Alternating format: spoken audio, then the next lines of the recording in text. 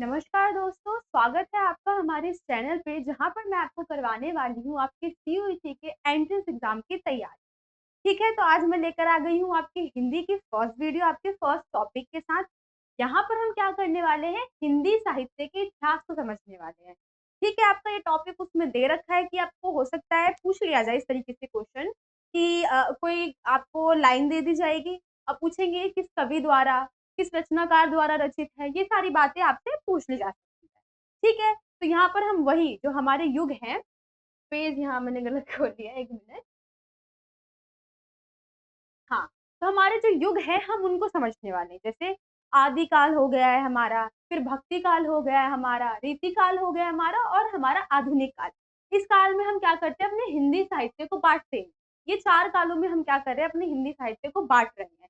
तो हम इन्हीं चारों कालों को समझेंगे और साथ ही में इस चारों काल के जितने भी कवि हैं, उनकी रचनाएँ हैं, उनके बारे में हम यहाँ पे देखने वाले हैं। ठीक है, तो यहाँ फर्स्ट हम देख लेते हैं कि कुछ हमें पता होना चाहिए ना कि आदिकाल क्या होता है, रीतिकाल क्या होता है, भक्ति काल क्या होता है, तो उसके बारे में हम फर्स्ट यहाँ समझ लेते हैं। तो यहाँ हमारा है आदिकाल। आदिकाल क्या है? जिसे वीर गाथा काल या चारण काल के नाम से भी जाना जाता है। ये बहुत इंपॉर्टेंट है, इसको आप याद कर लेना। हो सकता है कि आपसे आदिकाल की जगह वीर गाथा काल बोल के क्वेश्चन पूछ लिया जाए या उसकी जगह चारण काल जो है ये पूछ के आपसे क्वेश्चन कर लिया जाए। तो आपको ये याद रखने हैं इसके अन्य और भी नाम हैं, ठीक? या आपसे ये भी क्वेश्चन बन सकता है कि आदिकाल के और कितने नाम हैं? कौन से नाम हैं उनके बारे में बताइए? ऐसे क्वेश्चन आपसे पूछ लिया जा सकता है, ठीक है? तो आपको ये सारे पॉइंट्स जो है बहुत अच्छी तरीके से समझना है।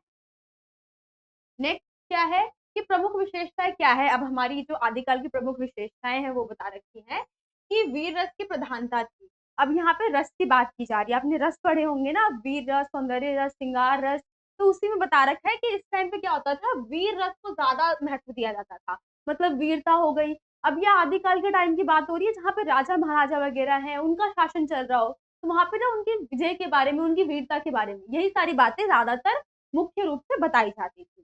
ठीक है? इसलिए यहाँ पे क्या करते थे, वीर रस का प्रयोग करते थे। युद्ध वर्णन में सजीवता थी, युद्ध वर्णन के बारे में ज़्यादा बताया जाता था। वो क्या करते थे, कवि को जैसे हायर कर लेते हैं, वो हायर कर लेते थे कि ये मेरा दरबार है, यहाँ पे ये कवि जो है यहीं पे रहेगा, मेरे बारे में लिखेगा, मैंने कितने राज्य जीते हैं, मेरी कौन-कौन सी प्रशंसा की बातें हैं, ये सारी बातें वो बताएगा। तो कवि क्या करते थे, जो वीर रस है उसकी प्रधानता रखते थे। अपने जो राजा है उसके बारे में बताते थे कि ये बहुत महान राजा है, इन्होंने ये सारी चीज़ें की है, इतने युद्ध लड़े हैं, इतने नगरों को अपने अंदर कर लिया है, ये सारी बातें बताया करते थे। तो वैसे ही क्या करते थे, ये युद्ध का वर्णन भी करते थे एकदम सजीव रूप से, मानो कि अगर आप उसको पढ़ोगे तो ऐसा लगेगा कि सच में आपके सामने जो युद्ध है वो हो रहा हो। ठीक है? आश्रयदाताओं की प्रशंसा करते थे। आश्रयदाता कौन? जो इनके राजा थे। उन्होंने ही क्या कर रखा था, इनको आश्रय दे रखा था। ऑब्वियस सी बात है कि राजा ने इनको आश्रय दे रखा था और इनके दरबार में ही वो रहते थे, खाना-पीना सब इनके दरबार में ही होता था। तो क्या करते थे, वे उनकी ही तारीफ़ जो है वो किया करते थे, ठीक है? और भाषा का संधि काल था, भाषा पे भी बहुत ज़्यादा महत्व जो है वो दिया जाता था आदिकाल के टाइम पे। तो ये कुछ विशेषताएँ थी आपकी आदिकाल की। अब नेक्स्ट हम देख लेते हैं हमारा जो भक्ति काल रहने वाला है। तो यहाँ पे भक्ति काल में क्या है, हम देखेंगे कुछ कवि के बारे में, उनके नाम देखेंगे, ठीक है? ये मैं यहाँ पे लिख दे रही हूँ, हमारा जो भक्ति काल है, हेडिंग मैंने इसमें बनाई नहीं है, इससे आपको पता चल जाएगा कि यहाँ पे हम भक्ति काल के बारे में समझेंगे। तो यहाँ पे हमें क्या बता रखी है, इनकी काव्य धारा, कुछ प्रमुख काव्य धारा बता रखी है। किन कवियों की काव्य धारा है वो हमें बता रखा है और उन कवि की विशेषताएँ जो है वो हमें बता रखी है। हमारे भक्ति काल के दौरान बहुत सारे कवि उभर के सामने आए, बहुत लोगों ने, कोई राम भक्ति के प्रति अपना जो समर्पण है वो करता था, कोई कृष्ण भक्ति के प्रति था, कोई हमारे जो सिख हैं उनके प्रति थे, उनके जो वाहेगुरु होते हैं उनके बारे में बताया करते थे। तो इस टाइम पे क्या हुआ था, भक्ति का एक होड़ चल रही थी। वो बता रहे थे कृष्ण की बचपन की लीलाओं के बारे में, राम सीता के बारे में। तो ये सारी बातें क्या है, भक्ति काल में मोस्टली हमें देखने को मिलती। ठीक है? तो हम काव्य धारा देख लेते हैं, क्या है? ज्ञानश्री या ज्ञान मार्गी। हमारे किसको बोला जाता है? कबीर को बोला जाता है, जो कि हमारे ज्ञान मार्गी हैं। ठीक है? इनकी विशेषता क्या है? निर्गुण ब्राह्य की उपासना किया करते थे। ठीक है? शाखा संत संप्रदाय में ये सारे हमारे नाम हैं, जो कि मोस्टली हम किसको देख रहे हैं, यहाँ पे जो हमारे पंजाबी वगैरह जो होती हैं उसमें जो देखने को मिलते हैं ना, उसके बारे में यहाँ पे जो कवि है उनके बारे में बताया गया है। जैसे धर्मदास है, रैदास है, गुरु नानक है, दादू दयाल है, सुंदरदास है, मूलकदास है। अब यहाँ पे इनके काव्य धारा जो विशेषताएं हैं उसके बारे में बता रखा है कि ये क्या मतलब इनका जो कवि कविता लिखने का एक मोटिव क्या था। अगर ये कविता लिख रहे हैं तो ऑब्वियस सी बात है किसी न किसी तरीके से समाज को एक मैसेज दे रहे होंगे। तो मैसेज क्या था वो हमें बता रखा है। जैसे धर्मदास क्या थे, ये ईश्वर प्राप्ति हेतु सद्गुरु आवश्यक है। इनका मानना था कि ईश्वर की प्राप्ति के लिए सद्गुरु बहुत ज्यादा आवश्यक होते हैं। ठीक है। रैदास जो है हमारे, जो कि हमारे मीराबाई, आपको पता है ना मीरा जो है कृष्ण भक्त है, उनके गुरु थे हमारे रैदास। ठीक है। ये भी बहुत अच्छे हमारे कवि थे उस टाइम पे। तो इनका क्या मानना था, प्राय कवि निम्न जाति के थे और जाति पाति का बंधन नहीं मानते थे। इस पे आपने 12th की आपकी हिस्ट्री की बुक में आपने पढ़ा भी होगा कि मीराबाई ने जब इनको अपना गुरु बनाया था तो ये नीची जाति के थे। तो पहली ऐसी महिला बनी थी जिन्होंने किसी नीची जाति के व्यक्ति को अपना गुरु बनाया, है ना। तो ये क्या करते थे, ये भी अपने काव्य धाराओं में यही बताते थे कि हमें जाति पाति का भेदभाव नहीं करना चाहिए, ईश्वर ने हम सबको समान बनाया है। ये सारी बातें ये किया करते थे। ठीक है। गुरु नानक क्या है, रूढ़िवादिता, आडंबर आदि का विरोध करते थे। रूढ़िवादी मतलब जो पुराने टाइम से चलती आ रही है बातें बहुत लंबे टाइम से, तो वो उसका विरोध कर रहे थे। जाति पाति हो गया उसका विरोध कर रहे थे, समानता पे विश्वास रखते थे। ठीक है। तो ये सारी विशेषताएं थी हमारी इनकी। फिर दादू दयाल जो है इस्लाम और वैदिक धर्म के समन्वय पर जोर देते थे। जो हमारे दादू दयाल है वो इस्लाम और जो हमारा वैदिक धर्म है, जो मुस्लिम धर्म है और साथ ही में हमारा जो वैदिक धर्म है, उसको क्या करते थे, एक तरीके से साथ लेकर चलते थे, उनके समन्वय पे जोर देते थे, उनको मिलाने पे ज्यादा जोर वो दिया करते थे। हमारे सुंदरदास जो है भक्ति और साधना की सफल अभिव्यक्ति परंतु काव्य शास्त्र के नियमों का निर्वाह नहीं। जो हमारे सुंदरदास जी है वो क्या करते थे, भक्ति और साधना के बारे में हमें बताते थे, किस प्रकार से हम ईश्वर की भक्ति कर सकते हैं, किस प्रकार से हम साधना की प्राप्ति कर सकते हैं, इन सब की जानकारी हमें दिया करते थे। मलूकदास जी व्यक्तिगत साधनों पर जोर देते थे, हम किस तरीके से खुद को अच्छा बना सकते हैं, एक समाज में अच्छी पहचान बना सकते हैं, इस पर वो ज्यादा जोर दिया करते। ठीक है। फिर हमारे नेक्स्ट आ गए हैं काव्य धारा जो है प्रेमाश्री या प्रेम मार्गी। इसको हम इस लाइन से भी आपसे पूछ लिया जा सकता है, आपसे लाइन पूछ लिया जाएगा कि प्रेमाश्री या प्रेम मार्गी काव्य धारा के कवि कौन है। तो हमारे कौन है, जायसी, मलिक मोहम्मद जायसी जी हमारे हैं, किसके, प्रेमाश्री या प्रेम मार्गी काव्य धारा के कवि। जो आपने पढ़ा है 12 मास आपके 12th क्लास की हिंदी बुक में था, है ना। उसके हमारे राइटर कौन है, मलिक मोहम्मद जायसी जी है। जो पद्मावत आपने पढ़ी है, जो पुस्तक है पद्मावत रिटन है, वो भी हमारी किसने लिखी है, मलिक मोहम्मद जायसी जी ने ही लिखी है। ठीक है। लौकिकता के माध्यम से अलौकिकता का वर्णन, मतलब एक तरीके से आपने जब 12th की वो कहानी आपने पढ़ी होगी तो आपको पता है कि किस तरीके से जो एक महिला थी वो अपने पति से बिछड़ गई, जो कि हमें पद्मावत का ही एक अंश दिखाया गया उसके अंदर। तो वो किस तरीके से सारी चीजें बोल रहे हैं कि मैं बस चाहती हूँ किस तरीके से मैं अपने स्वामी के पास पहुंच जाऊं, ये सारी जो बातें बोल रही है एक तरीके से अलौकिकता को दिखा रही है ना, कि इस तरीके से उसने बातों का वर्णन कर दिया है कि इतना दूर रह के भी वो चाहती है कि बस किसी तरीके से वहां पे पहुंच जाए, है ना। तो वही बातें यहाँ पे हमें बताई गई। फिर है हमारा शाखा, जो कि हमारे सूफी संप्रदाय से हैं। यहाँ पे आ गए जो हमारे मुस्लिम जो धर्म के जो हमारे कवि थे उनके बारे में अब यहाँ पे हम देखेंगे। कुतुब है, कुतुबन है और मंझन है। तो कौन है, भौतिक प्रेम कथाओं द्वारा ईश्वरीय प्रेम का चित्रण करते थे। ये ईश्वर के प्रति जो हमारे चित्रण है उसको बताते थे कि हम किस तरीके से ईश्वर से प्रेम कर सकते हैं, किस तरीके से ईश्वर की प्राप्ति कर सकते हैं, इन सब के बारे में वो मेनली हमें बताया करते थे। मंझन जो है गुरु का सर्वाधिक महत्व, फारसी की नवी शैली का प्रयोग, संपूर्ण जगत एक ही ब्रह्मा की अभिव्यक्ति है, जीव पति है और परमात्मा पत्नी है। इनका मानना मतलब मेनली ये है कि ये ईश्वर की जो भक्ति आराधना है उस पर ज्यादा जोर नहीं देते थे।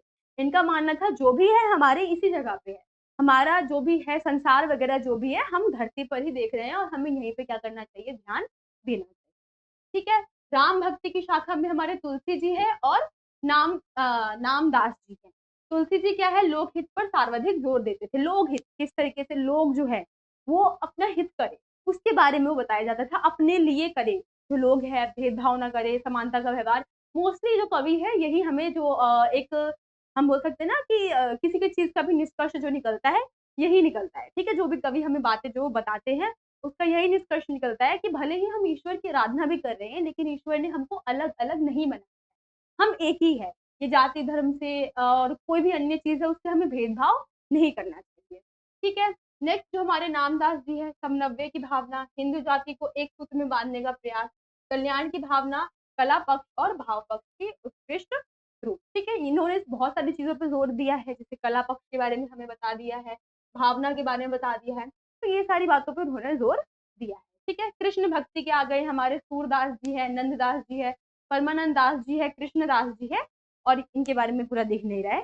ठीक है? सूरदास और हमारे जो नंददास जी है, ये ब्रज भाषा के ब्रज भाषा पे ज़्यादा ज़ोर दिया करते थे। ठीक है? मधुरता, सरलता एवं रचनात्मक की सफलता, व्यंजना, श्रृंगार और वात्सल्य रस।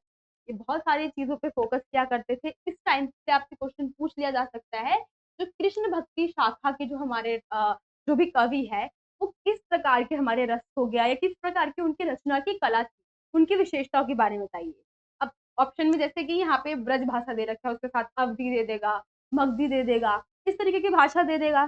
तो हमें पता है कि जो सूरदास जी है, जो नंददास जी है, वो क्या करते थे, ज़्यादातर ब्रज भाषा का प्रयोग करते थे। इनकी जो भी कविताएँ हैं, उसमें मधुरता थी, सरलता थी, आसानी से हम समझ भी सकते थे उसको। ठीक है? ये सारी बातें हमें इनकी कविताओं में देखने को मिलती है। आपने सूर के पद पढ़े होंगे, आपके 11th क्लास में हैं, तो वो भी काफ़ी ईज़ी है, समझना उसको आसान होता है। ऐसा नहीं है कि ऐसी हार्ड लैंग्वेज है कि आम लोग उसको समझ ना पाएँ। ठीक है? परमानंद दास का क्या है? का वर्णन, कहीं-कहीं श्रृंगार का घोर वर्णन। इन्होंने क्या कर रखा है, कहीं-कहीं श्रृंगार रस जो है, उसका बहुत ज़्यादा वर्णन कर रखा है। और क्या बता रखा है, राम काव्य के समान यह हमारे सामने उच्च आदर्श नहीं रखता है। मतलब जैसे राम जी के बारे में हम देख रहे हैं, तो उनकी एक अलग ही उनकी पर्सनैलिटी बता रखी है हमें, है ना? उनका चरित्र जो है, वो बता रखा है। लेकिन यहाँ पे क्या है, वे उनकी जैसे नहीं बताते हैं कि मतलब जो भी बातें हों, जिस व्यक्ति के बारे में मान लो वो बता रहे हैं, कृष्ण के बारे में ही बता रहे हैं। लेकिन वो क्या कर रहे हैं, जैसे राम जी का चरित्र एकदम साफ-सुथरा बता रखा है, उस तरीके से एकदम आदर्श व्यक्ति जो हमारे राम जी हैं, वैसे कृष्ण जी के बारे में नहीं बता रखा है। मान लो वो नटखट है, शरारती है, शरारतें करते हैं, ये सारी बातें उन्होंने मेन जो है उसमें रखी हुई हैं। ऐसा नहीं है कि जो राम जी है, जैसे उनका शांत स्वभाव था, वो बिल्कुल अच्छे बेटे थे, अच्छे पुत्र थे, ये सारी बातें इसमें ज़्यादा नहीं बताई होंगी। ठीक है? फिर है कृष्णदास, तो लोक और शास्त्र मर्यादा का बंधन अस्वीकार। ये क्या बता रहे हैं, जो हमारा लोक है और हमारा शास्त्र मर्यादा है। जैसे उस टाइम की हम बात कर लें तो बहुत सारी वो चलती थी ना कि युद्ध में ये व्यक्ति शामिल नहीं हो सकता, सिपाही नहीं बन सकता है। सिर्फ़ जो हमारे क्षत्रिय वर्ग के लोग हैं वही इसमें शामिल हो सकते हैं। तो ये सारी बातों का विरोध जो है वो किया करते थे। ठीक है? तो ये हमारे भक्ति काल के कुछ कवि थे। आई होप आपको ये पूरा समझ में आ गया होगा। आप इसका स्क्रीनशॉट ले लेना क्योंकि ये बहुत ज़्यादा इम्पोर्टेंट है। यहाँ से आप देख रहे हो बहुत सारे क्वेश्चन आपके बन सकते हैं। आपको सारी चीज़ें डिटेल में पढ़ने की ज़रूरत होगी। ठीक है? अब जो नेक्स्ट है उसको हम देख लेते हैं। क्या बता रखा है हमें रीतिकाल के बारे में। तो रीतिकाल के हमें कवि के बारे में बता रखा है कि बिहारी लाल, केशव दास, भूषण देव और घनानंद बिहारी लाल, बिहारी सतई, ये इनके बारे में बता रखा है, के लिए प्रसिद्ध है, जिसमें श्रृंगार और नीति का वर्णन है। इस टाइम पे हम क्या कर रहे हैं, यहाँ पे भी बहुत सारे अब जो हम देख रहे हैं भक्ति काल से बाद में रीतिकाल आया है, तो श्रृंगार रस वगैरह हो गया, या कोई भी रस जो हो गया वो आ गया, तो अब क्या करेंगे, ये लोग भी धीरे-धीरे उसको अपनाना चालू कर देंगे। है ना? तो यहाँ पे भी क्या है, श्रृंगार रस हो गया या नीति का वर्णन जो हो गया, बहुत ज़्यादा तरीके से दिया हुआ है। केशवदास को रीतिकाल के प्रवर्तक माना जाता है। अब ये भी क्वेश्चन आपसे पूछा जा सकता है कि रीतिकाल का प्रवर्तक हम किसको बोलते हैं? तो हम केशवदास को बोलते हैं। ठीक है? और उसकी रचनाएँ रसिक रसिक प्रिया, कवि प्रिया और रामचरित्र। ये आपको याद रखनी है, हमारे जो केशव दास जी हैं उनकी ये रचनाएँ हैं। कौन-सी? रसिक प्रिया, कवि प्रिया और रामचंद्रिका। ठीक है? भूषण वीर रस के कवि थे। ये भी हमारे इसी टाइम के कवि हैं जो हमारे भूषण जी हैं। ठीक है? ये क्या थे, हमारे वीर रस के कवि। ये भी क्या कर रहे हैं, वीरता के बारे में बता रहे हैं, किसी व्यक्ति के बारे में जिसके बारे में भी इन्होंने अपना मेन जो आइडल बना रखा है, उसके बारे में विशेषता बता रहे हैं। और उन्होंने छत्रपति शिवाजी और बुंदेलों की वीरता का वर्णन किया है। अब यहाँ से आप ये नाम जो सुन रहे हैं, छत्रपति शिवाजी, आपको पता है कि ये कितने महान थे, वीर थे एक तरीके से। अब ये जो है युद्ध वगैरह जितने भी उन्होंने लड़े हैं, लड़ाई की है, किस तरीके से उन्होंने जीता है उसको, तो ये सारी बातों का वो वर्णन क्या करते थे, हमारे कौन से कवि करते थे, तो भूषण जी किया करते थे। ठीक है? देव श्रृंगार रस के कवि थे। जो हमारे देव है, ये हमारे श्रृंगार रस के कवि थे। मतलब ऐसा कुछ हम ऐड कर देते हैं ना कि वो बन जाता है, ऐसा कुछ सुंदर सा बन जाता है। श्रृंगार रस का क्या मतलब है कि हम सिर्फ जो अलंकार वगैरह मतलब जो हमारे शब्द है, उसको हमने जोड़ के कुछ ऐसा परिस्थिति उत्पन्न कर दी है कि वो देखने में बहुत सुंदर लगता है, बहुत अच्छा। जैसे हम श्रृंगार कर लेते हैं, तैयार हो जाते हैं तो हम बहुत सुंदर लगते हैं। वैसे ये क्या करते हैं, अपनी रचनाओं में इस तरीके का जो रस है उसको डाल देते हैं, जिससे कि वो बहुत ज़्यादा आकर्षित लगने लग जाता है। वही हम रस में काउंट करते हैं, वैसे ही हमारा श्रृंगार रस था। ठीक है? और भाषा की सरलता के लिए जाने जाते हैं। घनानंद विरह और प्रेम के सूक्ष्म भाव के कवि। अब हमारे जो घनानंद जी है वो विरह मतलब जो जुदाई होती है उसके, और सूक्ष्म भाव मतलब जो छोटे-छोटे भाव उत्पन्न होते हैं। अब कोई यहाँ पे हम वही मलिक मोहम्मद जायसी की हम जो पद्मावत है या जो उनकी 12 मासा थी उसको हम ले लेते हैं। तो क्या है, जो पत्नी है वो अपने पति से विरह में है ना? जुदाई में है और उसके मन में बहुत सारे भाव उत्पन्न हो रहे हैं। कभी कभी वो गलत सोच लेती है, मरने की बात कर लेती है, कभी वो बताती है कि उसकी स्थिति कितनी दयनीय हो चुकी है। तो वही सारी बातें जो मन के छोटे-छोटे भाव होते हैं, उसको कौन बताते हैं? हमारे घनानंद जी बहुत डिटेल में बताते हैं। ठीक है? अब नेक्स्ट हम देख लेते हैं क्या है हमारा आधुनिक काल के कवि हमारे। तो आधुनिक काल के कुछ प्रमुख कवि जयशंकर प्रसाद, निराला, सुमित्रानंद पंत, महादेवी वर्मा और अयज्ञ है। इनकी भी बहुत सारी कहानी आपने 11th-12th के टाइम पे पढ़ी होगी। ठीक है? इन कवियों की कुछ विशिष्ट विशेषताएं हैं, जैसे कि उनकी रचनाओं में प्रेम, सौंदर्य और प्रकृति के प्रति गहरी भावना थी। अब ये क्वेश्चन भी यहाँ से बहुत इंपॉर्टेंट बनता है। ठीक है? जैसे यहाँ बता रखा है कि ये क्या कर रहे हैं, प्रकृति की बहुत सारी विशेषताएं बता रहे हैं। हमारा जो आदिकाल था उसमें वो लोग प्रकृति पे बहुत कम जोर डालते थे, बिल्कुल मतलब ज़्यादा कुछ खास वर्णन नहीं करते थे वो लोग। तो ये क्वेश्चन आपसे पूछ लिया जा सकता है कि आदिकाल में या फिर आधुनिक काल में प्रकृति पर ज़्यादा जोर दिया जाता था।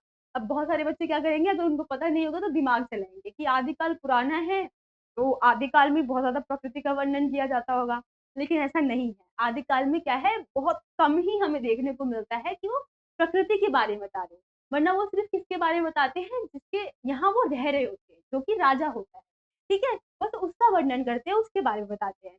लेकिन आगे चलते वो सारी चीज़ें बिल्कुल खत्म हो गई और लोगों ने क्या किया, प्रकृति का वर्णन हो गया, अब जो आस-पास की चीज़ें देख रहे हैं, उन सब के बारे में बताना चालू कर दिया। ठीक है? नए विषयों और शैलियों का प्रयोग किया और समाज और संस्कृति के प्रति सजगता को दिखाया। ज़्यादातर यहाँ पे क्या किया है, समाज के बारे में और जो हमारी संस्कृति है उसको दिखाने का प्रयास यहाँ पर किया है। यहाँ पे कोई ऐसा नहीं है कि एक व्यक्ति को उठा लिया है, बस उसकी विशेषता बताते जाओ, बताते जाओ, बताते जाओ, बताते-बताते थको ही नहीं, ऐसा नहीं। ठीक है? यहाँ पे अब बहुत सारे टॉपिक्स को इन्होंने ले लिया है, यहाँ पे अलग-अलग चीज़ें आ गई, प्रकृति का में ही हम ले लेते हैं। कहीं हमें बसंत की विशेषता बताई जा रही है, किसी पहाड़ की विशेषता बताई जा रही है, किसी नदी की विशेषता बताई जा रही है। तो इस तरीके से इन्होंने क्या किया है, आधुनिक काल में जो कवि है, इन सब टॉपिक को लेना चालू कर दिया। ठीक है? तो ये आपकी इन्फॉर्मेशन थी आपके आधुनिक काल, भक्ति काल, रीति काल और जो हमारा आदिकाल था उस। ठीक है? तो आई होप आपको ये अभी तक समझ में आ गया होगा। अब जो आपको क्वेश्चन आंसर है उसको हम स्टार्ट करते हैं, देखते हैं और जल्दी से जल्दी उसको कवर करते हैं। ठीक है? तो यहाँ हमारा फर्स्ट क्वेश्चन जो है उसको हम देख लेते हैं क्या है, निम्नलिखित में से कौन हिंदी कवि है? मतलब कौन हमारे हिंदी के कवि थे? ठीक है? वो हमें बताना है। कालिदास, भारवी, बाणभट्ट या हेमचंद्र। तो यहाँ हम देखें तो ये जो हमारे कालिदास, भारवी और जो हमारे बाणभट्ट है, ये सब हमारे किसके कवि है? संस्कृत के। ठीक है? आपको याद रखना। लेकिन हमारे जो हेमचंद्र जी हैं, ये हमारे हिंदी के कवि हैं। ठीक है? ये बात आपको याद रखनी है। तो इसका सही आंसर क्या हो जाएगा? हमारा ऑप्शन नंबर डी जो है वो हो जाएगा। बौद्ध और जैन धर्म साहित्य किस भाषा में बहुलता से मिलती है? हिंदी में, मगधी में, अवधी में या फिर पाली में? यहाँ हमें बताना है कि जो हमारे बौद्ध और जैन ग्रंथ, ये तो आपने हिस्ट्री में पढ़ा ही होगा, मुझे पता है। और 12th क्लास में पढ़ा होगा आपने। बौद्ध और जैन धर्म साहित्य किस भाषा में हमें ज़्यादातर मिलते हैं, वो हमें बताना है। तो आपने देखा होगा तो इसका वर्णन तो हमें कहीं नहीं मिलता, अगर हम देखें बौद्ध ग्रंथ की बात करें या जैन ग्रंथ की बात करें, उस टाइम पे हमें ऐसे वर्णन तो बहुत, ना ही बोल दो इसको, ये मिलते ही नहीं है इन भाषाओं का वर्णन। किसका मिलता है हमें? पानी का मिलता है। तो हमारा सही आंसर क्या हो जाएगा? पानी। ऑप्शन नंबर डी जो है हमारा सही आंसर हो जाएगा। ठीक है, नेक्स्ट क्वेश्चन देख लेते हैं। शौर सैनी भाषा किस क्षेत्र में प्रचलित थी? ये हमें बताना है, जो हमारी ये जो भाषा है शौर सैनी। अब ये क्या है, आप जब भाषा के विस्तार के बारे में पढ़ोगे तब आपको वहां से पता चलेगा कि किस तरीके से भाषा जो है पहले बहुत अलग अलग तरीके से डिवाइडेड थी। कहीं कुछ और बोला जाता था, कहीं कुछ और बोला जाता था, फिर उसको मिला जुला के क्या किया है हमने, हिंदी का निर्माण किया है। ठीक है, तो वही हमें बताना है कि जो ये शौर सैनी भाषा है ये कहाँ बोली जाती थी ज्यादातर, क्योंकि ये मतलब हम उस टाइम की आदिकाल की बात करें तो मोस्टली क्षेत्रों में हम क्या करते थे, इस प्रकार की भाषा का प्रयोग करते थे। लेकिन सबसे ज्यादा कहाँ प्रचलित थी हमें वो बताना है, तो ये मथुरा में सबसे ज्यादा प्रचलित थी। ठीक है, आपका ऑप्शन नंबर सी क्या है, सही आंसर हो जाएगा। ठीक है, अब नेक्स्ट क्वेश्चन जो है उसको हम देख लेते हैं। प्राकृतिक भाषा की अंतिम अवस्था में जो लोकप्रिय हुई वह क्या कहलाती है? हमारी जो प्राकृतिक भाषा है वो हमें बता रखा है, जब ये क्या हुआ, अंतिम अवस्था आई थी, मतलब प्राकृतिक भाषा जब धीरे धीरे खत्म होने लगी। ठीक है, उसके बाद क्या हुआ, अब प्राकृतिक खत्म हुई है तो कोई अन्य भाषा आएगी। अब प्राकृतिक के खत्म होने के बाद क्या हुआ था, धीरे धीरे क्या है हम हिंदी पे आ गए, लेकिन उसके बीच की भी एक कड़ी थी, वो हमें बताना है। जब प्राकृतिक भाषा का अंतिम चरण आया तो उसके बीच में, हिंदी और प्रकृति के बीच में कौन सी जो बीच की कड़ी थी वो थी, तो वो थी हमारी अपभ्रंश। ठीक है, अपभ्रंश के बाद ही क्या हुआ, हिंदी जो है वो धीरे धीरे लोगों की आम बोली में आने लगी। इससे पहले जो है हम अपभ्रंश बोला करते थे, और इससे पहले हम क्या करते थे, प्राकृतिक भाषा का प्रयोग किया करते थे। ठीक है, आई होप आपको ये क्वेश्चन जो है वो समझ में आ गया होगा। नेक्स्ट क्वेश्चन जो है आपका, उसको हम देख लेते हैं।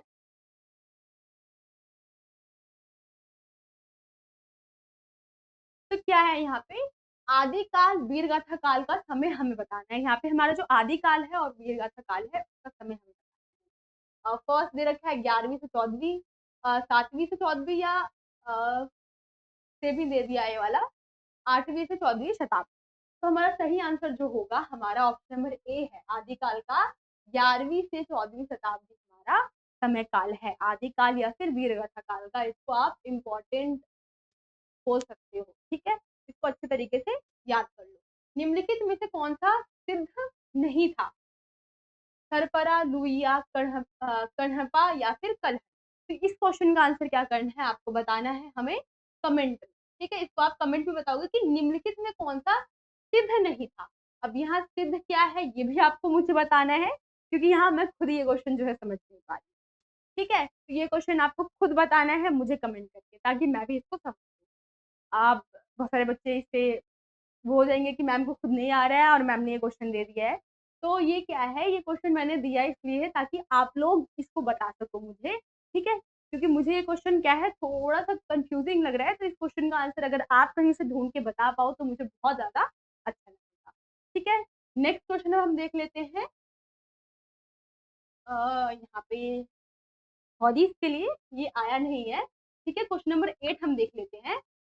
गोरखवाणी का रचयिता कौन था? अब यहाँ गोरखवाणी हमें एक दे रखा है, कोई पुस्तक है, कोई काव्य है या कविता है, वो हम नहीं देख रहे हैं, लेकिन हमें क्या करना है, इसके रचयिता के बारे में बताना है कि इसका रचयिता हमारा कौन था। मत्स्येंद्रनाथ, हीनयान, मलुकदास या फिर नाथपंथ? तो इन चारों में से हमारा जो सही आंसर हो जाएगा ऑप्शन नंबर बी, हीनयान। हमारा जो गोरखवाणी है इसके रचयिता हमारे कौन है, हीनयान है। ठीक है, तो आई होप आपको ये क्वेश्चन जो है समझ में आ गए होंगे। नेक्स्ट क्वेश्चन जो है उसको हम देख लेते हैं। निम्नलिखित में से निम्नलिखित प्रवृत्तियों में से कौन सी प्रवृत्ति आदिकाल के साहित्य की नहीं थी? अब हमें ये क्या बताना है, आदिकाल के बारे में। ये क्वेश्चन जो है अगर आपसे आएगा तो आपको क्या करना है, ध्यान से देखना है कि क्या है और क्या नहीं दे रखा है। धर्म दे रखा है, वीरता दे रखा है, श्रृंगार दे रखा है या फिर वात्सल्य दे रखा है। तो आगे आपने जब हमने डेफिनेशन पढ़ी थी तो उसमें हमने देखा था कि इसके बारे में, ये तो हमने देखा ही देखा, ये तो हमें बताते थे। ठीक है, वीरता के बारे में तो हमें बता ही रहे थे उससे, कि जिस राजा जिस जगह पे वो रहते थे वो कितने महान थे, कितने युद्ध लड़े थे, इन सब के बारे में हमें बता रहे। और राजा के बारे में बता रहे तो वो धर्म के बारे में भी तो बताएंगे। धर्म के बारे में ऑब्वियस सी बात है उस टाइम बात चलेगी ही, क्योंकि ये आदिकाल की बात होती है। धर्म जो हमारा समाज था वो धर्मों में विभाजित था, उस समय की बात हो रही है, तो धर्म के बारे में तो वो लोग बताएँगे ही बताएँगे, ठीक है? श्रृंगार रस पे भी फ़ोकस करते थे वो लोग, हमने देखा था। श्रृंगार रस के बारे में बताते थे, मतलब अद्भुत अद्भुत तरीके से हमें क्या करते थे, राजा के बारे में बताया करते थे। लेकिन जो नहीं बताते थे, वो वात्सल्य रस के बारे में नहीं बताते थे, ठीक है? वात्सल्य रस की हम मोस्टली बात कर ले तो क्या आ जाएगा भाई, प्राकृतिक वगैरह के वर्णन के बारे में हम देख लें, या हम राजा-महाराजा से हट के वो कुछ एक्स्ट्रा ज़्यादा नहीं बताया करते थे, ठीक है? नेक्स्ट अब देख लेते हैं क्या है, वीर गाथा काल की रचनाओं रचनाओं में वीर रस के साथ ही शांत रस भी है, श्रृंगार रस भी है, भक्ति रस भी है, हास्य रस भी है। तो यहाँ हमें वीर गाथा काल, आदि काल को ही हम वीर गाथा काल बोलते हैं, ठीक है? क्वेश्चन जो आंसर जो टॉपिक है उसको भूलना नहीं है, वीर गाथा काल भी आ सकता है या फिर आपसे सीधे आदि काल भी पूछ सकते हैं, ठीक है? तो क्या है, वीर गाथा काल में हमें बता रखा है, उनकी रचनाओं के बारे में हम बता रहे हैं कि यहाँ पे शांत जैसे वीरता है, वीरता के बाद क्या कोई शांति बताएगा? नहीं ना, नहीं बता सकता है। भक्ति रस, वीरता में भक्ति रस की क्या ही मतलब हम बोल सकते हैं, भक्ति काल तो उसके बाद आना चालू हुआ है, वरना उससे पहले तो क्या करते थे, राजा महाराजा के बारे में ही बताया करते थे, तो ये तो नहीं हो सकता।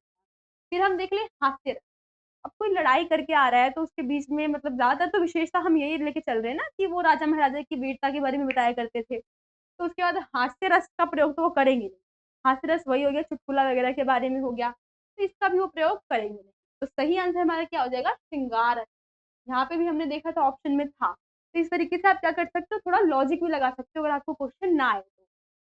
अगर नहीं आ रहा तो आपको पता है कि वीर रस का मतलब क्या है, जहाँ पे क्रोध के बारे में बताए, वीरता के बारे में बताए कि किस तरीके से कोई व्यक्ति है उसने युद्ध में क्या किया है, जीत लिया है, या युद्ध को जीता भी नहीं है तो इस तरीके से उसने युद्ध लड़ा है कि वो अकेले अकेले क्या कर रहा है, 10-10 लोगों को मार दे रहा है, और अंत में अगर वो मर भी गया है तो उसने 10 लोगों को मार के क्या किया है, मतलब 10 लोगों को मार दिया, उसके बाद उसकी मृत्यु हुई है, तो उसकी वीरता के बारे में बता रहे हैं, ठीक है?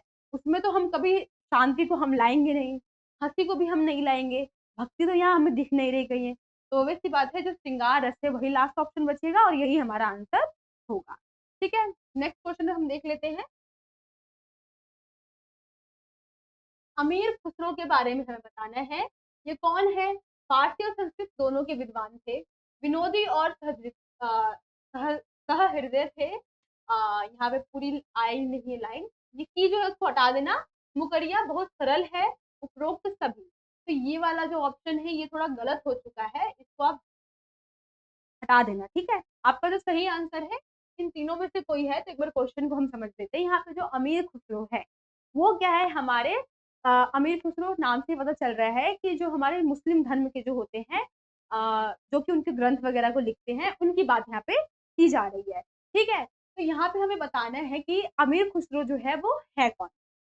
तो फारसी और संस्कृत के दोनों के विद्वान थे। आपने अमीर खुसरो के बारे में पढ़ा होगा 12th क्लास में, तो ये बिल्कुल सही। विनोदी और सहृदय भी थे, ये भी बिल्कुल सही है।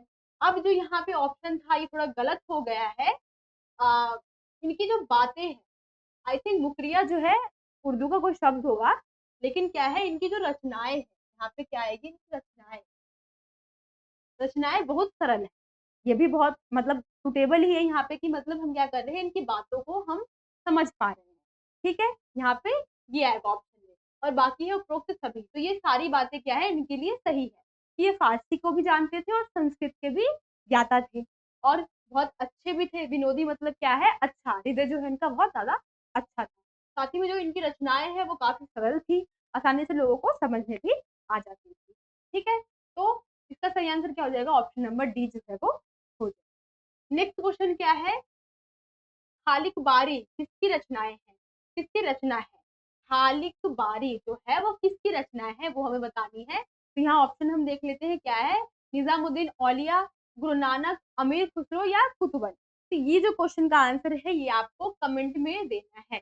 यहाँ पे भी क्या है, मैं 5 क्वेश्चन मोस्टली ऐसे लेके रखूंगी जो कि आपको कमेंट में उसके आंसर देने होंगे, ठीक है? तो जो क्वेश्चन नंबर 12 है इसका आंसर आपको कमेंट में हमें बताना है।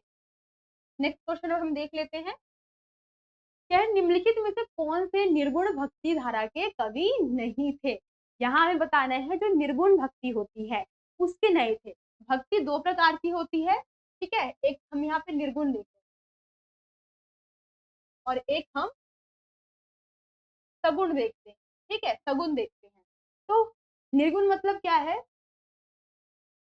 जो कि ईश्वर का कोई रूप आकार नहीं देखते। किसी मतलब ईश्वर का ऐसा है, उनका मानना है कि ईश्वर भले ही हैं, यहाँ पे होंगे, लेकिन उनका कोई भी रूप या रंग या आकार नहीं है, ठीक है?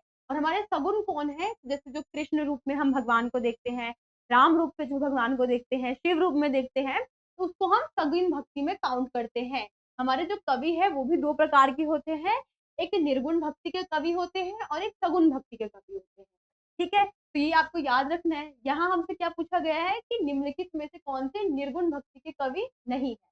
तो डायरेक्टली हमसे क्या पूछ लिया गया है, जो कि सगुण भक्ति के कवि हैं, वो हमें यहाँ पे बताना है, ठीक है? तो क्या है, फर्स्ट हमें जायसी दे रखा है।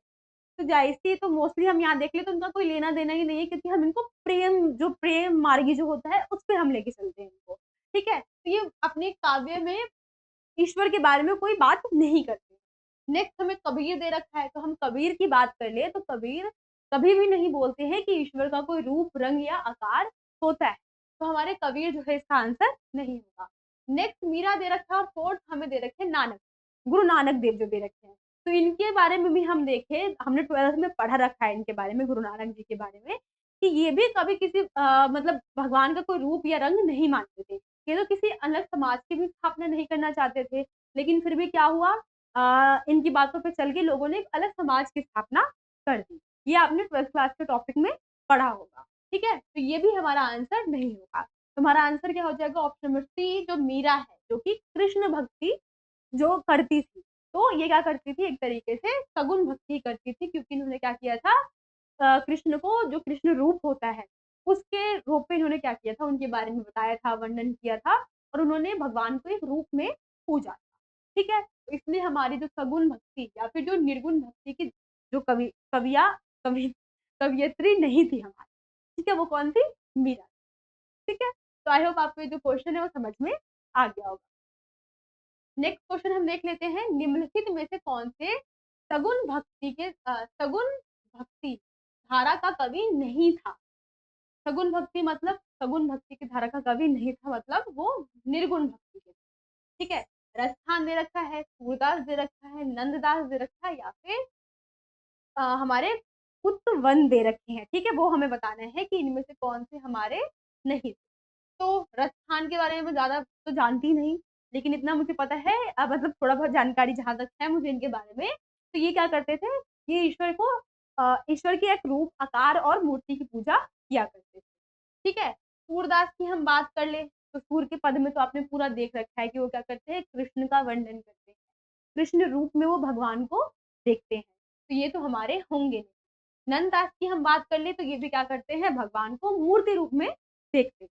लेकिन हमारे जो कुतुबन है, ये क्या करते हैं, ये ईश्वर का कोई आकार वगैरह जो है, रूप वगैरह है, उस पे नहीं चलते हैं। इनका मानना है कि जो ईश्वर है वो निराकार है, ठीक है?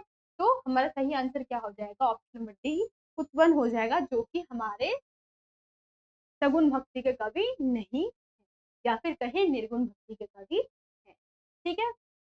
नेक्स्ट क्वेश्चन हम देख लेते हैं, क्या है, कौन सा कवि ज्ञान मार्गी शाखा का नहीं था?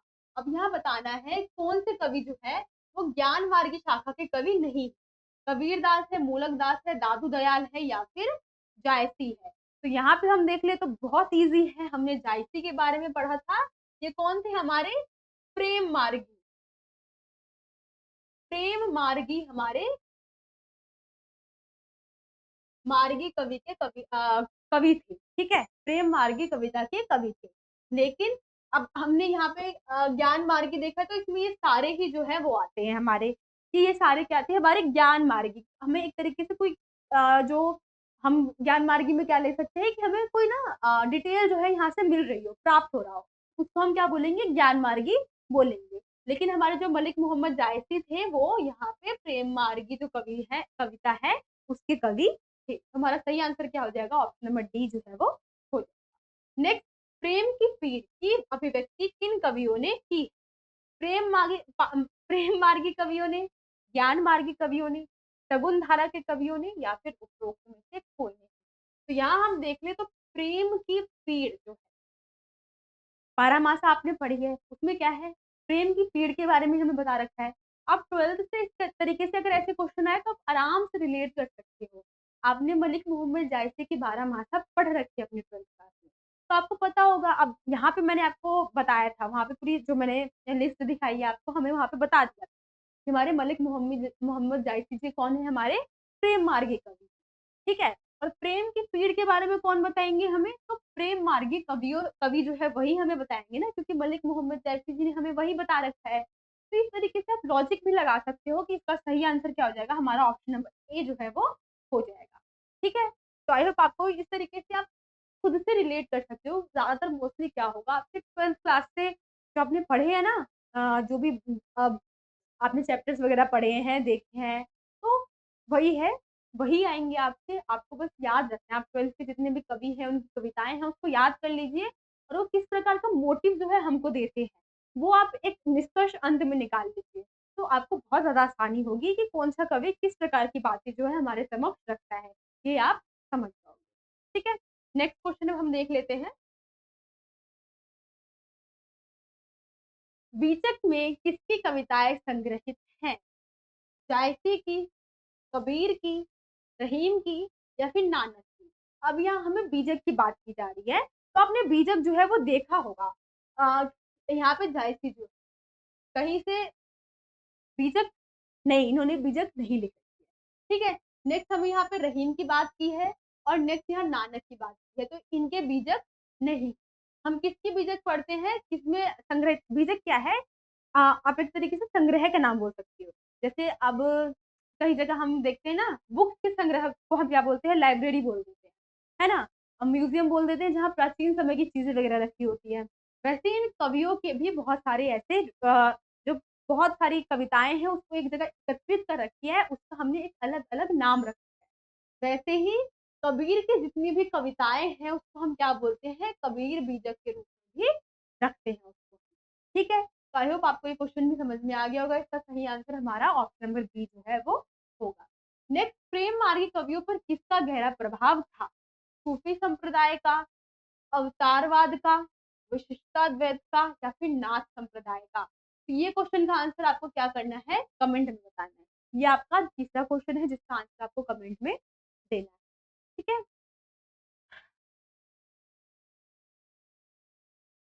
अब जो आपका नेक्स्ट क्वेश्चन है उसको हम देख लेते हैं। यहाँ पे आपका क्वेश्चन नंबर 19 जो है कि पद्मावत की रचना किसने की थी? मंझन ने, कुतुबन ने, जायसी ने और रज्जब ने। तो ये तो बहुत इजी है, इसका जो हमारा रचनाकार है मलिक मोहम्मद जायसी जी, ठीक है। नेक्स्ट क्या है, प्रेम मार्गी कवियों की रचनाएं कौन थी? जब हम प्रेम मार्गी जो है, ये जो कवि है, वो अपनी रचनाएं कौन सी भाषा में दिया करते थे, वो हमें यहाँ पे बता दी। खड़ी बोली में, ब्रज भाषा में, ठेठ अवधि में है या फिर मागधी में? तो हमारे जो प्रेम मार्गी जो कवि है, जो उनकी मोस्टली भाषाएं थी वो ठेठ अवधि, मतलब यहाँ पे बता रखी है। अब ठेठ के बारे में मैंने पढ़ा था, तो वहाँ पे क्या है, बिहार के ग्रामीण इलाकों में बोली जाने वाली भाषाएं थी, ठीक है। तो इसको हम क्या बोलते हैं, ठेठ या फिर ठठैया, इस तरीके से हम उसको बोलते हैं। तो जो हमारे प्रेम मार्गी कवि है वो क्या करते थे, हमारे ठेठ अवधि भाषा में ही क्या करते थे, अपनी जो रचनाएं हैं उसको लिखा करते थे, ठीक है। तो आई होप आपको ये भी क्वेश्चन समझ में आ गया होगा। नेक्स्ट अब हम देख लेते हैं क्या है, निम्नलिखित में से किसकी भक्ति संख्या भाव की थी? कौन कौन से ऑप्शन दे रखे हैं हमें, मीरा की, तुलसीदास की, रसखान की या फिर हमें सूरदास की? हमें बताना है यहाँ पे जो हमारे निम्नलिखित में से कौन से कवि है जो कि संख्या भक्ति भाव की कविता को लिया करते थे, उसके बारे में हमें बताया करते थे। तो कौन से हमारे सूरदास जो है वो हमारे संख्य भक्ति के कवि हैं।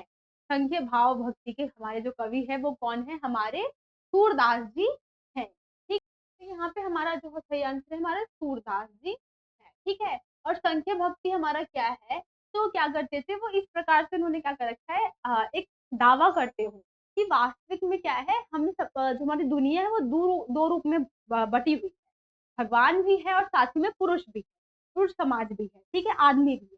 तो इस तरीके से क्या है, हमारे जो सूरदास जी हैं वो इस पर जोर जो है वो दिया। ठीक है, आई होप आपको क्वेश्चन जो है समझ में आ गया होगा। नेक्स्ट हम देख लेते हैं, सूरदास की रचनाओं में हमें किसका हृदयगामी वर्णन मिलता है?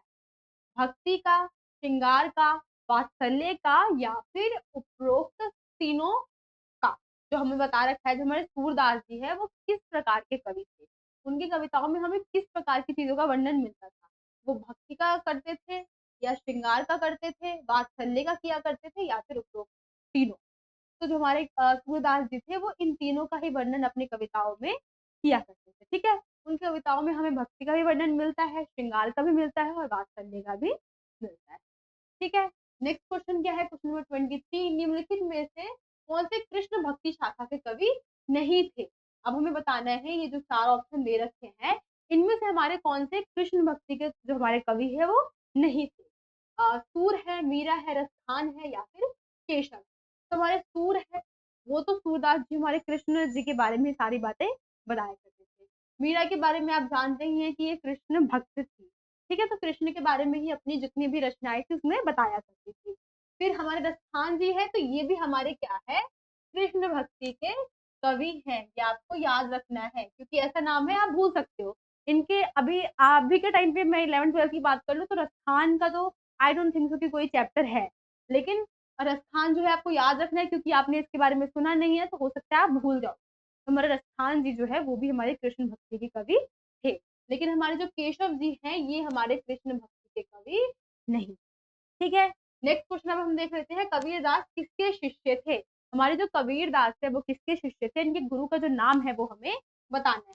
रामानंद, वल्लभ भाई आचार्य, रामानुचा रामानुचार्य, सॉरी, बहुत बड़ा नाम है, रामानुजाचार्य। ठीक है, रामानुजाचार्य। और नेक्स्ट क्या है, गोरखनाथ। तो यहाँ पे हमें बताने हैं कि इन चारों में से हमारे जो कबीरदास जी है वो किसके कवि थे? तो हमारे जो शिष्य थे, तो हमारे जो कबीरदास जी हैं वो रामानंद के हमारे शिष्य थे। इनके गुरु कौन थे? रामानंद थे। आपसे पूछते जाएगा रामानंद किसके गुरु थे, और ऑप्शन में ये सारे नाम दे देंगे, सूरदास दे देंगे, कबीरदास दे देंगे, मीरा दे देंगे, या फिर स्थान दे देंगे। तो हमारे जो कबीरदास जी के गुरु हैं वो कौन है? रामानंद जी। ठीक है, तो ये आपको नाम जो है वो याद रखना है। अब नेक्स्ट क्वेश्चन जो है उसको हम देख लेते हैं, रीति काल का अभ्युदय कब हुआ? अब जो हमारा रीति काल है वो उसका टाइम हमें बताना है, वो कब हुआ था। हम देखें तो फर्स्ट हमने क्या देखा था, आदिकाल, है ना, आदिकाल देखा था। फिर उसके बाद हमने क्या देखा, भक्ति काल, भक्ति काल देखा हमने। फिर हमने क्या देखा, रीति काल। इस तरीके से आपको क्या है, लाइन वाइज भी याद रखना है। उसके बाद हमने रीति काल देखा था, और फिर हमने आधुनिक काल को देखा है। इस तरीके से हमारा जो टाइम है वो चलता है। आपसे पूछ लेंगे भक्ति काल से पहले का कौन सा काल था, या फिर भक्ति काल के बाद का कौन सा काल था। आधुनिक काल से तीसरे नंबर पर, तीसरे स्थान पर ऐसे पूछ लेंगे, आधुनिक काल से तीसरे स्थान पर हम कौन से काल पर चल रहे थे, ऐसे क्वेश्चन आपसे पूछ लेंगे। तो आपको क्या करना है, जो ये लाइन है ये आपको याद करके चलनी है। तो जो हमारी रीति काल है ये हुई थी हमारे भक्ति काल के बाद। जब भक्ति काल खत्म हो गया था उसके बाद रीति काल आना चालू हुई।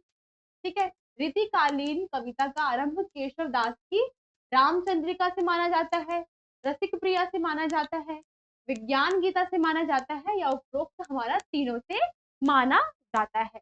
तो हमारी जो रसिक प्रिया है, ये जो हम तीनों पुस्तक की बात कर ले, कविताओं की बात कर ले, लिखी हमारे केशव दास जी ने ही है, लेकिन हमारा जो आरंभ है वो माना जाता है रसिक प्रिया से। ठीक है, रसिक प्रिया से माना जाता है। हमने यही से क्या किया था, जो हमारे केशव दास जी है उन्होंने रीतिकाल का आरंभ किया। ठीक है, नेक्स्ट क्वेश्चन अब हम देख लेते हैं, निम्नलिखित में से कौन से कवि आचार्य दोनों रूप में प्रतिष्ठित है? अब हमें बताना है, जो ये यहाँ पे दे रखे कवि के नाम, इनमें से कौन है जो कि आचार्य रूप में भी बहुत ज्यादा फेमस हुए हैं। ठीक है, उनके बारे में हमें यहाँ पे बताना है।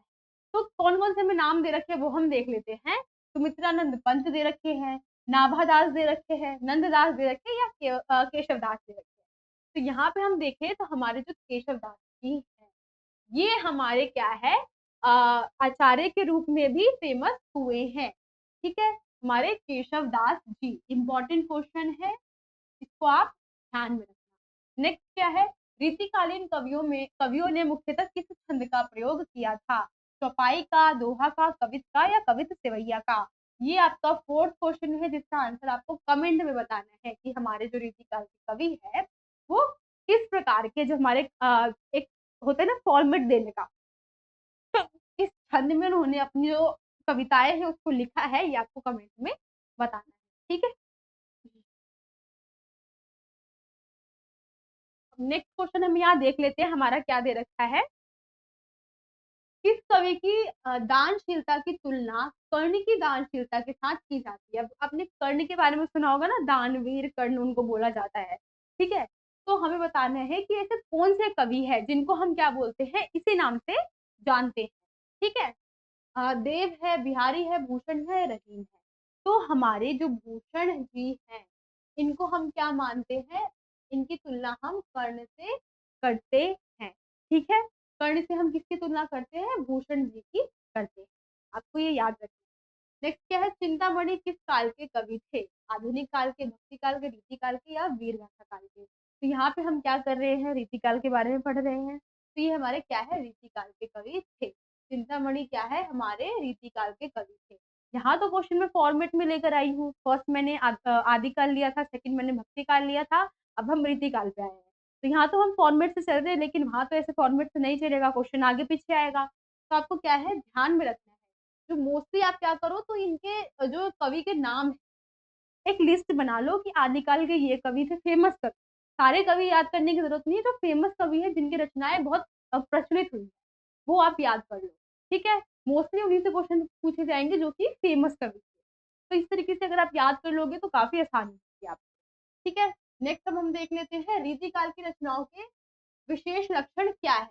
रस अलंकार, नायिका भेद, नक्षत्रिक वर्णन, ऋतु वर्णन, उपरोक्त सभी। तो यहाँ हमें क्या बताना है, हमारा जो रीतिकाल है इसकी विशेषताएं क्या थी? यहाँ पे हम किस प्रकार की रचनाओं को महत्व दिया करते थे? रस अलंकार का हम प्रयोग करते थे, नायिका भेद, नक्षत्रिक वर्णन, छठ ऋतु वर्णन या फिर उपरोक्त सभी। तो यहाँ पे हम क्या करते थे, सभी प्रकार की चीजों का वर्णन यहाँ पे हम देखते हैं अपने रीतिकाल के अंदर। ठीक है, इसका आंसर क्या हो जाएगा, उपरोक्त सभी। नेक्स्ट, हिंदी साहित्य का रीतिकालीन युग मोटे तौर से कब तक रहा? बाबर से अकबर तक, अकबर से औरंगजेब तक, जहांगीर से बहादुर तक या शाहजहां से बादशाह तक?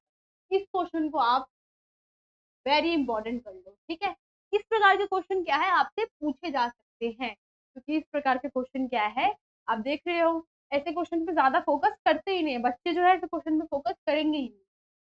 क्योंकि मैं भी पढ़ चुकी हूँ, मुझे भी पता है, मैं अभी भी पढ़ती हूँ, तो मुझे पता है कि मैं क्या करती हूँ, कुछ कुछ जो लाइन्स होते हैं ना उसको स्किप कर देती हूँ, ध्यान नहीं देती उनके ऊपर। ठीक है, लेकिन क्या है, बहुत इंपॉर्टेंट होते हैं कुछ कुछ लाइन जिसको हम स्किप कर देते हैं।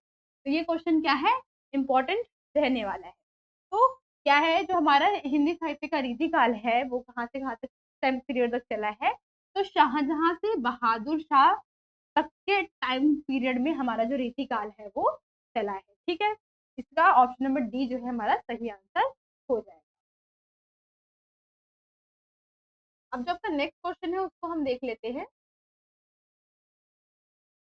तुलसीकृत रामचरितमानस कितने खंडों में हमने इसको विभाजित कर रखा है?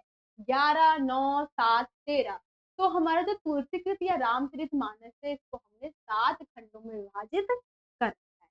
ठीक है, नेक्स्ट, तुलसीकृत रामचरितमानस कौन सी भाषा में हमने लिखा है, ये हमें यहाँ पर बताना है। अवधि में है, ब्रज और अवधि दोनों में है, मगधी में है, उपरोक्त में से किसी में भी नहीं। तो हमारे जो तुलसीकृत है, रामचरितमानस है, उसको हमने अवधी भाषा में लिखा है। ठीक है, अवधी भाषा में लिखा हुआ है। तो ये भी इंपॉर्टेंट क्वेश्चन हो सकता है, क्योंकि आपको पता है यहाँ पे पूछेंगे तो रामचरितमानस वगैरह जो हो गया बहुत हम बोलते हैं ना, अ, सबसे इम्पोर्टेंट ग्रंथ हम बोल सकते हैं हमारे हिंदू धर्म के लिए। तो इन सबसे क्वेश्चन क्या आपको देखने को मिल सकते हैं। ठीक है, तो यहाँ पे इसको आप याद कर लेना कि ये अवधी भाषा में लिखी गई। ठीक है, अब जो नेक्स्ट क्वेश्चन है उसको हम देख लेते हैं। रहीम के दोहे नीति की बातें करते हैं, कवित रचनात्मक है, उपदेश की भरमार है, उपरोक्त तीनों। यहाँ पे हमें बताना है जो हमारे कबीर जी हैं सॉरी रहीम जी है। ठीक है, रहीम के जो दोहे हैं वो किस प्रकार की बातों की ओर संकेत करते हैं। अब हम उनकी जो उनकी कविताएँ हैं, अगर हम उनको पढ़ेंगे, तो हमें किस प्रकार का जो एक मैसेज है वहाँ से देखने को मिलता है, मेनली हमें वो यहाँ पे बताना है। नीति की बातें बताते हैं, कवित्र रचनात्मक है या उपदेश के भरमार है या उपरोक्त में से सब है। तो हम यहाँ देखिए उपदेश, भरमार है और नीति की बातें मिलते-जुलते हैं। ये दोनों लाइन जो है वो काफ़ी मिलते-जुलते हैं। नीति की बातें मतलब एक हमें निर्देश दिया है। हमें क्या दिया है? निर्देश दिया है। नीति की बातों में क्या है? निर्देश दे दिया है कि हमें अच्छे से रहना है, सही तरीके से रहना है, लोगों से गलत व्यवहार नहीं करना है। ये क्या है? नीति की बातें हैं, जो कि एक निर्देश के रूप में हम ले सकते हैं। ठीक है? और वहीं उपदेश की भरमार, तो ये क्या है? एक उपदेश ही तो है कि मैंने अपने से छोटे को ये बात बोली कि तुम्हें दूसरों को क्या करनी है? उसकी सहायता करनी है। तो वही है, मैंने उसको उपदेश दिया और उसके लिए वो क्या हो गई? नीति की बातें हो गई, एक निर्देश बन गया। ठीक है? तो ये दोनों लाइन क्या है? बिल्कुल सेम है। और रचनाकार या रचनाकार जो है वो मोस्टली हम देखते हैं कविताओं में हमें देखने को मिलती है। ठीक है? तो इसका सही आंसर क्या है? उपरोक्त सभी जो है हमारा हो जाएगा। अब नेक्स्ट क्वेश्चन देख लेते हैं। कवित्र रत्नाकार का लेखक कौन है? हमें यहाँ बताना जो हमारे कवित्र रत्नाकार है, ये हमें बता रखा है, ये रत्नाकार रचना है, ये हमारी एक कवि की रचना है। तो इसके रचनाकार हमारे कौन है, इसके लेखक कौन है वो हमें बताना है। बलभद्र मिश्र है, नरोत्तम दास जी है, सेनापति है या केशव दास जी है? तो हमारे जो रत्नाकार है इसके लेखक हमारे सेनापति जी हैं। इसको भी आप इम्पोर्टेंट ले लो क्योंकि ये भी आपने क्या है ज़्यादा आपने क्या किया होगा इसके बारे में सुना नहीं होगा। ठीक है? तो आपको ये क्वेश्चन जो है अच्छे तरीके से समझ में आया। अब जो नेक्स्ट क्वेश्चन है उसको हम देख लेते हैं यहाँ पे। हिंदी साहित्य का आधुनिक काल सामान्यतः कब से कब आरंभ हुआ है? ठीक है, अब हम यहाँ पे क्या आ गए हैं, अपने नेक्स्ट वाले टॉपिक पे हम यहाँ पे आ चुके हैं और हमें बताना है कि हमारा हिंदी साहित्य है, इसका हमारा जो आधुनिक काल है उसको हमने कब से कब तक रखा है। तो 17 ईस्वी से 1750 ईस्वी से 1850 ईस्वी से या फिर 1900 ईस्वी से। इसका आप समय काल देखोगे ज्यादातर आपको क्या है 1800 के आसपास का ही समय काल देखने को मिलेगा। ठीक है, तो आप इसका करेंगे ऑप्शन नंबर सी जो है आप सही करेंगे। अगर हिंदी साहित्य में अगर सेम डेट भी ना हो, आपको पता है प्राचीन काल में जो हमें क्या है थोड़ी बहुत कंफ्यूजन देखने को ही मिलती है। जो हमारा टाइम पीरियड है वो थोड़ा आगे पीछे बढ़ा के ही देते हैं क्योंकि उसके अंदर अच्छे तरीके से हम क्या करते थे एग्जैक्ट डेट नहीं बता सकते। तो 1800 के बीच में आपका कोई भी आंसर होगा उसको आपको लगाना है। ठीक है, अगर एग्जैक्ट 1850 आया हुआ है तो बहुत सही है, लेकिन इससे थोड़ा बहुत कम या ज्यादा भी आया हुआ है तो भी आप उसको आंसर में लगा सकते हो। लेकिन अगर सटीक आपको 1850 मिल रहा है, 1850 से कम आपको 1845 दिया गया है, 47 दिया गया है, 49 दिया गया है और 50 नहीं दिया गया, 51 दिया गया है, तो आप 49 से ज्यादातर क्या कर सकते हो उसको लगा सकते हो। ठीक है, नेक्स्ट क्वेश्चन अब हम देख लेते हैं क्या है। हिंदी के आधुनिक काल के काव्य की एक विशेषता हमें बताएं। यह जनजीवन के साथ चला, इनमें करुण रस को प्रधानता मिली, इनमें जीवन की विविध समस्याओं और उनके समाधान को स्थान मिला। उपरोक्त सभी हिंदी के हम आधुनिक काल के काव्य की विशेषता हम देखें तो यहाँ पे हम मोस्टली जो बात कर लेते हैं तो यहाँ पे हमें सब देखने को मिलता है। हिंदी की हम कविता की बात कर ले, हमने ये लाइन तो यहाँ देखी थी, हम जब कविताओं की विशेषता को हम देख रहे थे, ये क्या कर रहा था जनजीवन के साथ चल रहा था। लेकिन अब क्या हुआ, पुराने टाइम पे हम क्या देख रहे थे, कोई भी समस्या का हमें बताया ही नहीं जा रहा था, बस वीरता के बारे में, राजा के बारे में, राजा के युद्ध के बारे में। ठीक है, इन सब की विशेषता क्या है हमें उस टाइम पर बताई जा रही थी, कब? आदिकाल। नेक्स्ट हम भक्ति काल की बात कर ले तो यहाँ पे हमें नए नए भक्त जो है धर्म वगैरह उत्पन्न हो रहे थे। हमें क्या पता चल रहा था, धर्म की बातें हमें पता चल रही थी। ठीक है, बहुत सारे ऐसे कवि उभर के आए जो सगुण थे या फिर निर्गुण थे। हाँ, ठीक है, तो ये सारी बातें हमें क्या है भक्ति काल में पता चली। उसके बाद हमने देखा तो रीति काल में क्या हुआ, थोड़े बहुत बदलाव आए। हमने क्या किया, जो ऋतु वगैरह है उसके बारे में बताना चालू किया, हल्का फुल्का, ज्यादा कोई डिटेल में हमने बताना चालू नहीं किया, नॉर्मल तरीके से हमने बताना चालू किया। लेकिन इन तीनों की हम बात कर ले, यहाँ पे हम ले लेते हैं भक्ति काल, यहाँ पे हम ले लेते हैं रीति-रिवाज। इन तीनों की बात कर ले तो यहाँ पे कभी भी आम लोगों की समस्याओं के बारे में हमें पता नहीं चल रहा था। यहाँ पे हमें सबसे ऊपर जो था राजा के बारे में बताया जा रहा था। यहाँ पे बस भक्ति की बातें की जा रही थी, ईश्वर की बातें की जा रही थी, ठीक है? यहाँ पे हमें क्या बताया जा रहा था रीतिकाल में तो मोस्टली हम क्या कर रहे थे यहाँ पे हम आ चुके थे ऋतु वगैरह के आस-पास आ चुके थे लेकिन जन-सामान्य की समस्याओं पर हम ध्यान नहीं दे ठीक है? लेकिन हिंदी साहित्य के आधुनिक काल तक आते-आते हमने क्या किया, लोगों की जो आम समस्याएँ हैं, उन सब पे भी हमने ध्यान देना चालू कर दिया। जो करुण रस है, इसको भी हमने ध्यान देना चालू कर दिया। पहले वीर रस की प्रधानता थी, लेकिन यहाँ तक आते-आते क्या हुआ, करुण रस की प्रधानता होना चालू हो गई। ठीक है? तो इसका सही आंसर क्या हो जाएगा हमारा उपरोक्त सभी जो है वो हो जाएगा। ठीक है, नेक्स्ट क्वेश्चन हम देख लेते हैं। 39 यहाँ पे जो हमें दे रखा है, आधुनिक काल की काव्य रचना में राष्ट्र गौरव जगा, राष्ट्रीय उजागर हुई, समाज सुधार की भावना मुखरित हुई, उपरोक्त सभी। तो यहाँ पे हम देखें तो हमें क्या पता चला? जब हमने क्या किया आधुनिक काल की काव्य रचनाओं को देखा, तो हमें राष्ट्र गौरव जगा, मतलब हम अपने देश के प्रति सम्मान की भावना देखने लगे। फिर नेक्स्ट राष्ट्रीय उजागर हुई, राष्ट्रीयता उजागर हुई। लोगों ने क्या किया अपने राष्ट्र के बारे में सोचना चालू कर दिया। ठीक है? समाज सुधार की भावनाएँ मुखरित हुई। हम चाहते थे समाज सुधार में। जब हमारा आधुनिक काल चल रहा था ना, आधुनिक काल, तो इस टाइम क्या है आपने 1850 की डेट दी। तो इस क्या हुआ था, यहाँ पे ब्रिटिश सरकार ने हमारे देश में क्या किया था, आक्रमण कर दिया था, यहाँ पे कब्जा जमा लिया। है ना? आपने देखा होगा ना 18वीं शताब्दी के आस-पास की। ठीक है? ये आपने लाइन जो है वो सुनी होगी। 18वीं 19वीं शताब्दी के आस-पास। तो क्या हुआ था यहाँ पे तो लोगों के मन में क्या थी जब ये हमारे आधुनिक काल का समय आया, तो लोगों ने एक ऐसा भाव उत्पन्न कर दिया कविता के ज़रिए, कहानियों के ज़रिए कि जो अंग्रेज़ लोग हैं, वो क्या करते थे, हमें अलग-अलग करने की कोशिश कर रहे थे, ताकि हम कभी एक ना हो और उनका राज हमारे देश से ना जाए।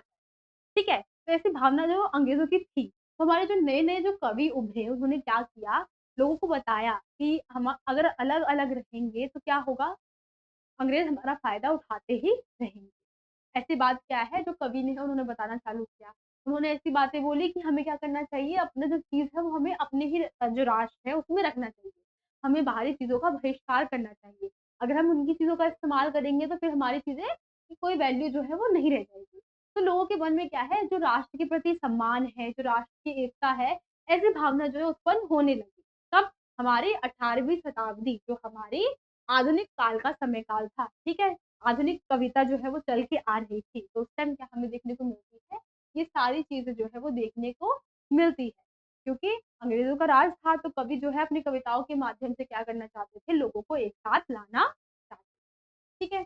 आधुनिक काल के काव्य में कविताएँ खड़ी बोली में लिखी जाने लगी, कविताएँ ब्रज भाषा में लिखी जाने लगी, कविताएँ अवधि में ही लिखी जाती थी, कविताओं में ब्रज अवधि जो है वो हमें मिली जाने लगी। तो यहाँ पे क्या था कविताओं में खड़ी बोली का हम प्रयोग करने लग गए थे।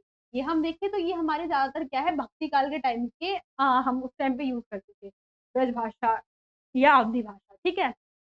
लेकिन आधुनिक काल तक आते-आते हमने खड़ी बोली का प्रयोग भी करना चालू कर दिया, ठीक है? अब जो नेक्स्ट क्वेश्चन है उसको हम देख लेते हैं। आधुनिक काल के काव्य में छायावाद आया, रहस्यवाद अवतरित हुआ, प्रगतिवाद का प्रचलन हुआ या फिर उपरोक्त सभी? तो ये सभी हमें देखने को मिलते हैं हमारे आधुनिक काल में। छायावाद आया, रहस्यवाद अवतरित हुआ। अब लोग क्या कर रहे थे यहाँ पे रहस्य को खोजने का प्रयास कर रहे थे। स्टार्टिंग के टाइम पे आपने जितनी भी चीज़ें देखी यहाँ पे कहीं भी आपको ऐसे डेवलपमेंट देखने को नहीं मिलेगी जो हमारे आधुनिक काल में हो रही थी। ठीक है? लोग चाहते थे कि जो ये चीज़ें हैं वो क्यों हो रही है, ऐसी जिज्ञासा उनके मन में उत्पन्न हो रही थी।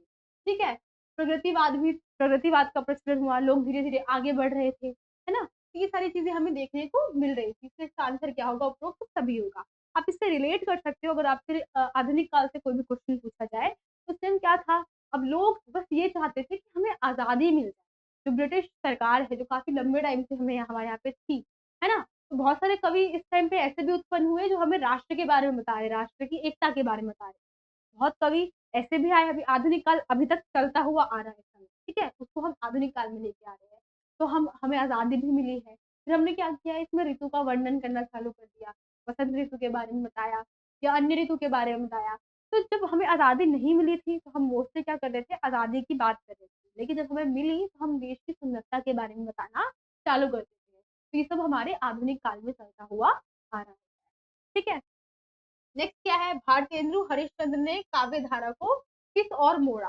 श्रृंगार प्रियता की ओर, रीति ग्रंथों की ओर, निर्गुण भक्ति की ओर, स्वदेश प्रेम की ओर। तो हमारे जो भारतेंदु हरिश्चंद्र जी हैं, इन्होंने क्या किया था, स्वदेश प्रेम की ओर जो हमारी बातें हैं उसको लेकर गए थे। हमारी जो काव्य धारा है स्वदेश प्रेम की ओर उसको लेकर गए थे। इससे पहले ये सब कुछ चलता हुआ आ रहा था, ये सब कुछ चलता हुआ आ रहा था, लेकिन जो बदलाव किया है हमारे आधुनिक काल में, वो हमारे भारतेंदु हरिश्चंद्र जी ने किया है, स्वदेश प्रेम की ओर हमें बढ़ाकर। ठीक है, आई होप आपको ये क्वेश्चन जो है वो समझ में आ गया होगा। अब जो आपका नेक्स्ट क्वेश्चन है उसको हम देख लेते हैं। हिंदी कविता के वर्तमान युग का प्रवर्तक किसे माना जाता है? हमारे हैं यहाँ पे ऑप्शन में दे रखी है हमें, बालकृष्ण भट्ट, जयशंकर प्रसाद, महादेवी वर्मा या भारतेंदु हरिश्चंद्र। हम इन सब की बात करें तो मोस्टली क्या है, ये सारे ही हमारे आधुनिक काल के कवि हैं, लेकिन हमारे जो भारतेंदु हरिश्चंद्र है, इसको हम क्या करते हैं, आधुनिक काल या फिर वर्तमान युग का प्रवर्तक हम इनको मानते हैं। ठीक है, नेक्स्ट क्वेश्चन क्या है, हिंदी कविता में राष्ट्रीय एकता की तान सबसे पहले किसने छेड़ी थी? तो इसका भी आंसर क्या हो जाएगा, ऑप्शन नंबर डी, हमारा भारतेंदु हरिश्चंद्र जी ही हो जाएगा। मोस्टली जो है, अब हम देश प्रेम की बात कर ले, देश हित की बात कर ले, लोगों को जागरूक करने की बात कर ले, या फिर जो हमारे हम सबसे महान जो कवि है उनकी बात कर ले हमारे आधुनिक काल में, तो कौन थे, हमारे भारतेंदु हरिश्चंद्र जी थे। ठीक है, नेक्स्ट क्या है, भारतेंद्र बाबू के संबंध में निम्नलिखित में से कौन सा कथन सही नहीं है? ये क्वेश्चन भी आपको ठीक से देखना है, यहाँ हमें बताना है सही नहीं है।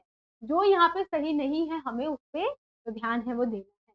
क्या है, वह रसिक कवि थे, वे कविता के लिए किसी वाद से बंधे नहीं थे। ये सब तो बिल्कुल सही है, वो रसिक कवि थे। जो रस वगैरह है वो कभी बदला नहीं, वो चेंज नहीं हुआ। वो जो रस है वो काफी टाइम से चलता हुआ आ रहा था, लेकिन हम उसका यूज आज भी कर रहे हैं, वो कभी चेंज नहीं होगा। हम भले ही ज्यादा ना करें, रस का हमने जो प्रधानता थी भले ही उसको बदल दिया हो, वीर रस से करुण रस कर दिया हो या फिर कोई अन्य रस कर दिया हो, लेकिन हम रस को अभी भी लेकर चलते हैं। ठीक है, और वह कविता के लिए किसी वाद से बंधे नहीं थे, बिल्कुल सही है। वो कविता मतलब उस टाइम पे जब हमारे यहाँ पे मान लो कि ब्रिटिश सरकार का राज था, वो उस टाइम भी इस प्रकार की कविता लिख रहे थे कि लोगों के मन में जागरूकता जो है वो उत्पन्न हो जाए। तो वैसी बात है, वो किसी भी तरीके से बंधे हुए तो नहीं हुए।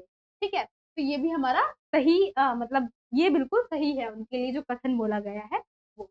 उन्होंने भक्ति, प्रकृति चित्रण, हास्य विनोद पर भी कविताएं लिखी, बिल्कुल सही है। उन्होंने इन सब पे भी अपनी कविताएं जो है उसको लिखी है। ठीक है, वह राम भक्त भी थे। हम क्या है यहाँ पे हम देख ले तो हमें कहीं भी ये मोस्टली देखने को नहीं मिलता कि अब उन्होंने अपनी कविताओं में कहीं ये वर्णन नहीं किया कि वो राम भक्त थे, कृष्ण भक्त थे, या कोई अन्य जो हमारे भगवान है उनके भक्त थे। तो हमें ये कहीं भी देखने को नहीं मिलता है। ठीक है, तो हमारा जो सही आंसर है ऑप्शन नंबर डी ही हो जाएगा, क्योंकि हमें यहाँ बताना है कौन सा कथन सही नहीं है।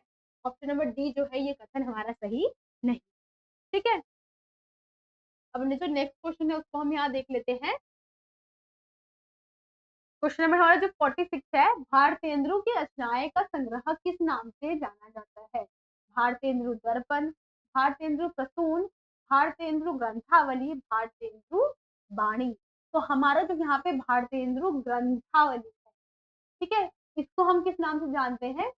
भारतेंदु की रचना जो है इसमें रखी गई है। ठीक है, जैसे हमने बीजक देखा था, वैसे ही भारतेंदु ग्रंथावली है जहाँ पे हमने भारतेंदु की जो रचनाएं हैं उसको रख रखा है।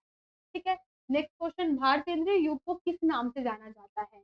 समाज सुधार युग, राष्ट्रीय चेतना युग, छायावादी युग या फिर महाकाव्य युग? तो यहाँ पे हम क्या करते हैं, इनको छायावादी युग बोलते हैं। ठीक है, हमने जो इससे पहले हमने क्वेश्चन देखा था वहां पे हमने देख लिया था कि यहाँ पे छायावाद पे भी फोकस किया जा रहा था, समाज सुधार पे फोकस किया जा रहा था, समाज की बातों को देखा जा रहा था, करुण भावना वगैरह हमने देखी थी। ठीक है, तो यहाँ पे हमारे छायावादी युग जो है उसको देखा जाएगा। बाकी राष्ट्रीय चेतना युग भी हम यहाँ पे देख सकते हैं, तो राष्ट्रीय चेतना जो हमें राष्ट्र की जागरूकता है उसको भी हमने यहाँ पे देखा था, और समाज सुधार युग भी हम इसको बोल सकते हैं।